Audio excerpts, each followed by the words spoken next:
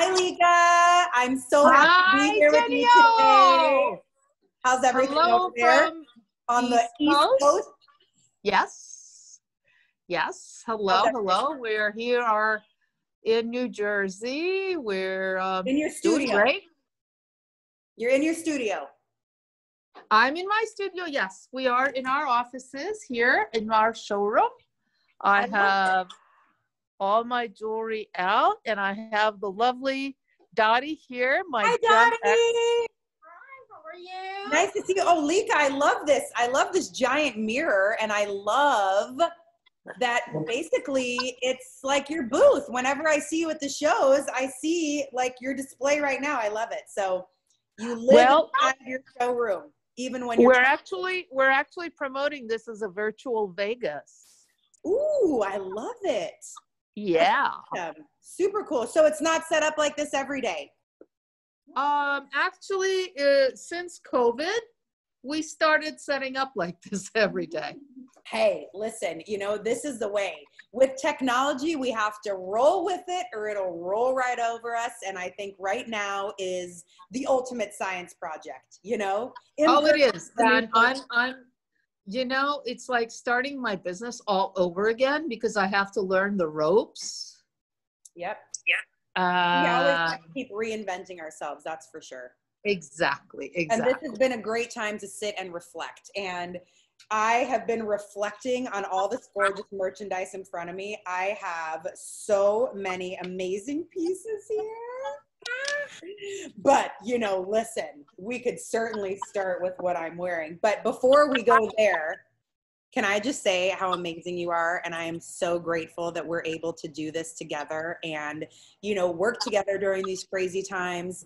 And also, you know, just kind of show the world out there and our friends and collectors and, you know, other designers out there that we can do this.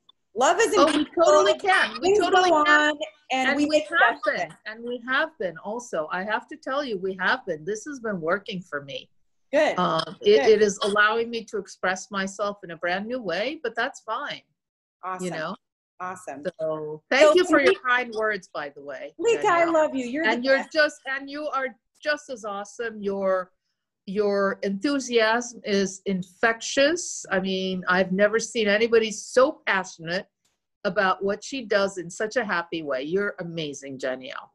One of a kind. Oh, babe. I'm so happy that we get to love you together. Right back. We've known each other for so many years. And it just came to fruition this last year. It's just wonderful. Yeah, I love it. Yeah, that's okay. That's okay. We got to know each other over years and now it's perfect. And you know, one of the most perfect things about you in my mind is that you see the beauty in all of these incredibly just natural, organic, some may call it weird, gemstones, you know, and I love it. I actually have one earring of each on today, but when this Awahi Jasper necklace came in, oh my gosh, my new marketing maven, Deanna, was like, what is this? We went and did like the whole historical breakdown of it. And oh my God, it is. Tell me how you fell in love with this beautiful piece. I mean, when I looked, I stumbled upon a dealer a few years ago, I think it was, Dottie was with me. I took a look at the stone and I saw a landscape and I go, these are beautiful. Do you paint these? He goes, no. And he says, well, they're mined in the riverbed of the Owyhee River, which meanders through Nevada all the way through the Oregon and all that. But anyway, it is just different rock formations, different sediment that has petrified. I guess, am I saying this right, Dottie? She's my gemologist expert here, but that's petrified sediment riverbed. It's so cool. And it looks has been mined and then polished. And when you look at it, I call it Wild Wild West because it's a landscape. It is. And when I saw it, I was like, what does this look like to you? It looks like the mountains with like the sky. Some people looks like if you look Nevada. At it from an aerial view, it's like it could be the ocean washing up on the sand, but You know, or it could be the sand and the sky. Like, I love it so much. I love these one-of-a-kind pieces. And that to me, like, your technique is so amazing with you're going to go through all your technique, but when you see all these unbelievable, unusual gems and you frame it up in a beautiful piece of wearable art, to me, that is like game over. And being that I am born and raised in Vegas, which is in Nevada, of course, I'm like an ultra sucker because because I have to have some gems that are native to my state, right? Like, well, yeah, that's great. Oh yeah, and the Royston turquoise. It comes from the Royston mine. I've had a tremendous difficulty trying to find more of this material. You snapped it up. I want to make another ring. I got a few calls for it, and I said, I'm sorry, I don't have any right now. I saw this piece and it spoke to me. And you know, I'm like very careful when I buy jewelry. Like, well, you're a gemologist too, aren't you? I am. Yeah. And to me, this looks like Persian turquoise, which is like the finest in the world. And then you've got to me, frankly, I grew up with Persian turquoise, growing up in Turkey, right next to you know, Iran, Persia. Sure. And honestly, I think unbelievable.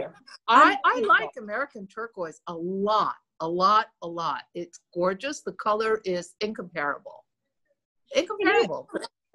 Can you go into a little bit of how you got here and the technique? Like, what made you want to get into this type of hand-hammered 24 karat richness, being that you grew up over there?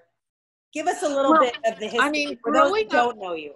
I was in Istanbul till I was about 18 years old. Okay. I came to the US for college, and then I stayed and I just took care of, you know. But I, growing up there, I was in, it's a city embedded in ancient history. You're living with ancient Greece, ancient Rome, the Ottomans after that. The modernism of Europe overlaps a little bit. You're only a couple hours from a major European city. You know, it was a very cosmopolitan, not only international, but also in terms of history, it was a very mixed melting pot. So I tried to express that beauty in mixing. Like, it's ancient, it's an ancient Roman looking ring, but it's also a very modern shape. Right. As an artist, I try to express my love for good, pure design from all aspects of the spectrum. And you definitely can see that in your collections. You know, we have the classic, timeless looks with a little artistic flair, for sure. I mean, I tend to gravitate toward the, you know, the a little more eccentric pieces. I won a lot of awards for my cuffs. So your cuffs. The way I design them is they're curved out. Love it. So when you put it on, it's so comfortable. You put it on from the side always. Right. And then you go like this. It doesn't dig into your skin. No. It's power, but at the same time, you hardly feel it. It doesn't bother you. And it feels it feels like it's ergonomic. Tell me about the techniques that you use. Okay. Like, what am I wearing right now? This award-winning cuff, by the way, is, you already know, one of my favorites in your line. But I know you've been drawn to that for some time. I love it. Yes. Okay. Well, as far as technique goes, I'll tell you, we work with pure metals. It was a revival of ancient jewelry making techniques that we had in Istanbul, and then we continued with it. It is pure metals, pure silver, pure gold, 24 karat. Love it. Now, these are soft metals. To harden them, what you do is you hammer it. So essentially, you're pushing all the molecules together, and I can get more into it, but I also use a technique I call fusion, where you're soldering a thick sheet of gold onto silver, so you will not lose the gold. It's not like plated. It's very thicker. Right. It's not plated. It's a much better process. It uses probably about 20 times the amount of gold plating. So it's more precious. It's also, you have more value that you can recover at the end if you were to scrap it.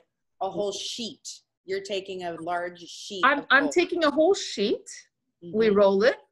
And then as we're soldering, we're also hammering. And the hammering basically tightens it. The pressure from the hammering makes the solder strong, because it's very hard to solder two metals together. But on the chain, it's a gold chain and then an oxidized sterling. Oh, that's just a design element. Right. It not only makes it a bit more attainable, frankly, in terms of cost, but it also makes it kind of more casual looking. I know. And even though for the look. It's yes. And the idea is I want people to own art. I don't want them to get copies because that's all they can afford. They should be, I think the average human should be able to afford some sort of art. And that's my way of saying, okay, this necklace was handmade. It's unique. It's one of a kind. Someone hammered all the design onto it, and yet it's affordable. Exactly. Normally you have to choose between unique and affordable. Here you have both. Now, this is a signature look of yours. The blackened or darkened gray metal with the gold, but not everybody loves gold. You know, I love gold, but I mean, this is a signature look. So give us a little education on how this process works. Okay. Basically, those are sterling silver hoops. If you notice, they have sapphires, full cut sapphires. They're cut like diamonds. They totally look like diamonds. What a look for the money again. Well, and you're not getting a synthetic product. You're not getting an imitation. It's a real, honestly mined, responsibly sourced sapphire. Love it. Responsibly sourced. That's a very important part of our company culture. I love too. We pay attention. It's a lot of look for, again, an attainable and affordable price, and yet it's unique. It's different. It's handmade.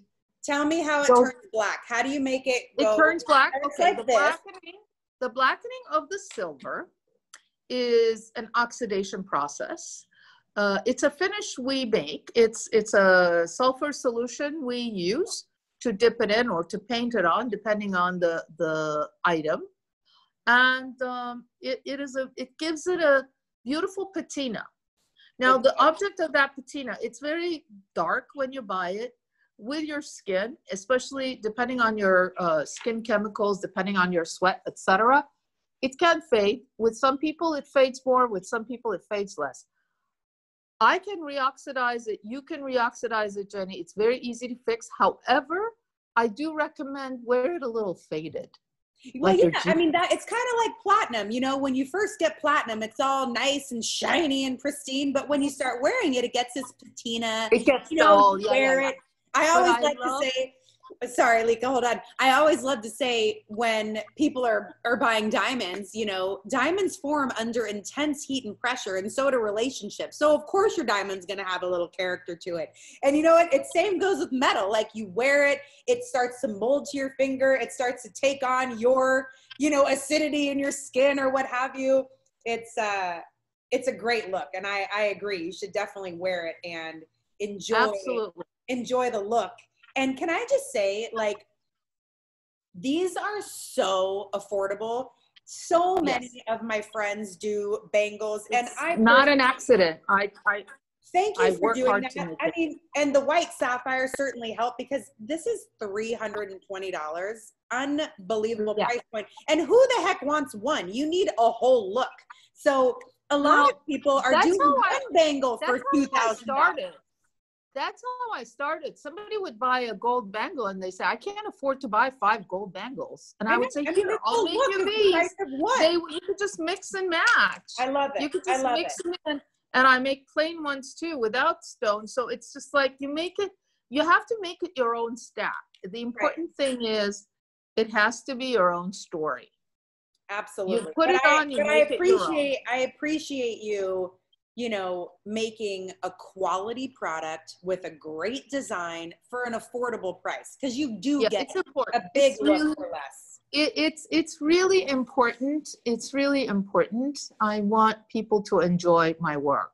I love it. I love this ring too. This ring is so fantastic. You know. And it's like under $1,000. Are you serious? With 24 karat gold, oxidized silver, and diamonds. Unbelievable. A touch of gold, a splattering of diamonds. It's a lot of look. And it's different. It's different from what you will see at mass market jewelers. Right. And I love that you can actually size this, it looks like, too. Oh, yeah. Yeah. Sizing bar. Yeah, absolutely. Especially you, Jenny, with your people in the back. You can do it, totally do it.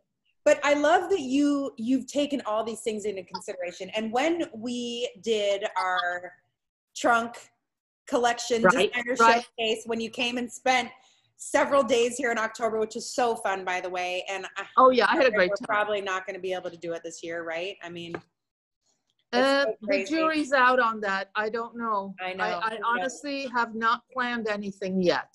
But not only is your jewelry beautiful and gorgeous, but you have thought about all these things. It's like designed by a woman, you know, like we think of, hey, we need 3 different lengths, you know, see these little jump rings here? You can see it on my forehead, right? Well, you can wear it, like I layered mine today. Usually I wear these 2 on the same chain. I layered mine today. One is up, one is down. I was looking at it. This morning I had this one down and this one up, you know. And I like how you have it to the side. I love the necklace you're wearing too, by the way. It's like a smiley face. That's one of my basic, really, really, really very popular. It's a smile. It's different sizes of diamonds. It's a little bit, my work is unusual and not run of the mill, but it's very wearable every day. It's not like over the top crazy. Yeah. Well, you do have those, you know, over the top pieces, because one should. Yes, but they're not. You have to have a few show-stopping pieces, right? But the majority is wearable every day. They're showstoppers and they're over the top, but they're not weird. I don't. Yeah, like this necklace. This is a great layering piece. I love it.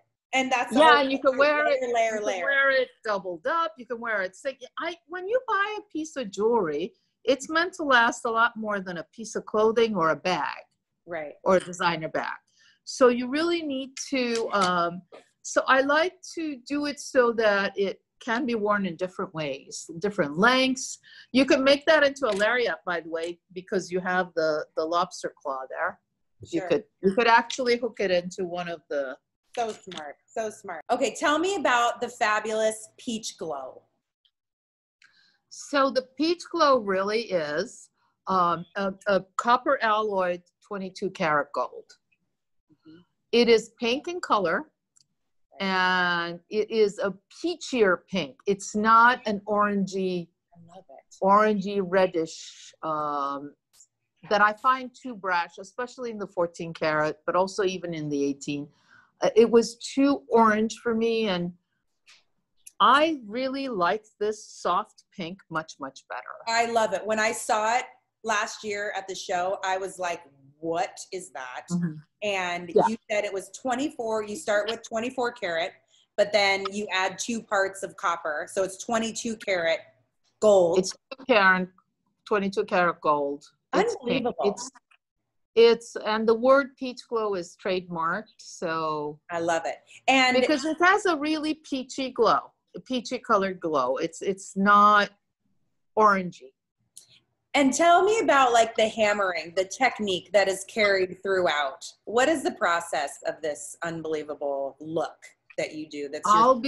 You know what? It involves a jeweler's hammer and bang, bang, bang, bang, bang. I mean, your head would go like this in my shop.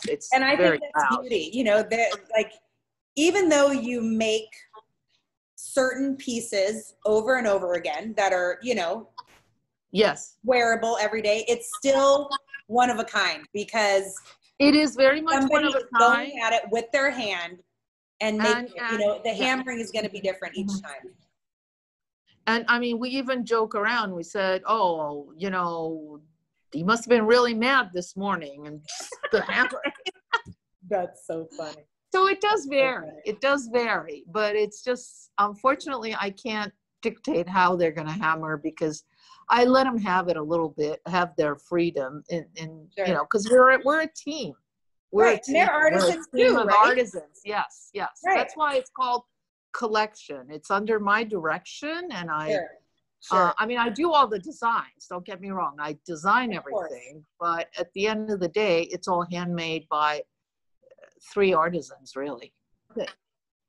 See, this is it was inspired by an Art Deco bracelet. Actually, my grandmother even had a ring like that my mom now wears and won't even let me borrow it. Well, this ring. Because she adores, But like that ring that you're holding there, here's the bracelet.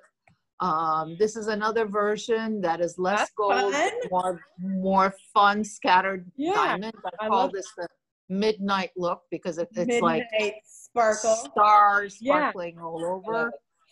And that's one. I've started working with enamel a little bit. I have a lot of evil eyes with enamel, with turquoise, and that's also. Any to show me? Any to show me? Can we walk around? Can we walk around? Absolutely. Let's go. Let's walk around, and I'll try and show you as much as I can. But here's the eye collection I was showing. And the evil eye, I mean, this is really important in your culture. Yes. I never ever do anything without one on, but it is a superstition, I have to admit. Sure. And I'm a science girl. I shouldn't believe any of it, but guess what? I never leave home without it. Okay. So I guess I believe it. That's okay. It is designed to deflect the negative energy brought onto you by jealous people. In the Middle East, we believe, or in even Southern Italy, we believe that if somebody's truly jealous of you, they will inadvertently or advertently put a curse on you. Oh my God. So if they do that, then you could hurt yourself, you could break your leg or something, or lose your job, whatever. Something really not so wonderful happens to you. So that's the belief. But if you're wearing an eye, the evil thoughts of the jealous person will go to the eye and protect you. Wow. 3 pieces. Give me like 3 of the most fabulous pieces that you think, you know, you are really excited about right now, and we can talk about those and then wrap them up. Lika, your office is huge. Well, we're in a warehouse in New Jersey. Wow. So I mean, what is all that room back there that I'm seeing? Yeah. Sorry, never mind the fabulous aquamarine that you're showing me that's as big as the palm of your hand. This is an aquamarine. Holy cow. Oh my God. That is gorgeous unbelievable. In person. Yeah, it's gorgeous on the screen. Translucent. It's actually transparent even. You could dive into this. I'm ready to dive in because you could just splash into it. I mean, that's just how much I love this. Better splash into and then I would Sleeping Beauty turquoise, which is always a big winner. I have this wonderful gold choker. I'm very proud of this hand-hammered gold piece of turquoise. I do it with diamonds and without, and then this, of course. Oh my! This is I call them the last of the Mohicans, because I will never be able to buy another piece of turquoise like this. Wow! And I love how you did it. Just unless I pay Sotheby's prices, let me tell you. This is fantastic piece. And okay, I'm going to squeeze in one more. It is a smaller piece, but it's an incredible gemstone. It's a sapphire from the state of Montana. Oh, there you go. The center stone. And what I love about it is that it goes a little greenish. It's like blue. It's a bright blue. Yeah. But Wow. well, I still have my gold granulation with it, but You I do. wanted to it's like a starburst design, It is. It's but the Lika look in the halo. It's the halo Lika look. It's the Lika halo. yeah, it's like a starburst. It's I got love it. tapered Star. baguettes and rounds Fabulous. and gold granulation, and I'm in love with that gem. Let me Truly see. in love Let with. me see you, Lika. Okay. Let me see you. Yes, ma'am. Unbelievable. I Oh, mean, thank you. Thank you. the aquamarine is totally a pool you could dive into. And holy cow, Yeah.